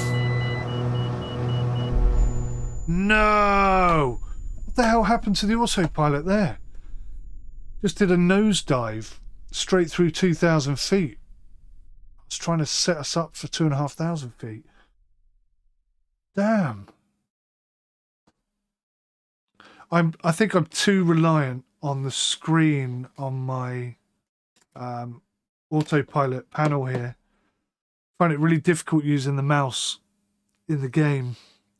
So when I can't see what my altitude, vertical speed are, you know, at the twist of a button, it definitely slows me down. But I don't know what the hell the autopilot was doing there. I definitely set altitude at 2,500 feet. And it exceeded 2,500 feet. And then I thought it was going to level itself out. And instead, we nosedived. So, bugger. Well, we nearly made it. But I didn't break the engines, which is what I was trying to do, so that's a bit disappointing as well. But I had a lot of fun. I'm a bit rusty, to be fair, but I enjoyed that. I'm going to do that again with some friends, I think. That's all that was missing there, was a couple of people to go with me. But what a fantastic little route this is. Got to be happy with that. Got to be happy with that.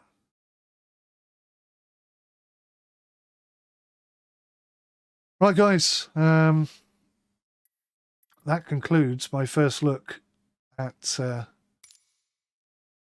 black box analog. What do they call it? The black box analog overhaul for the Baron, and it's just fantastic.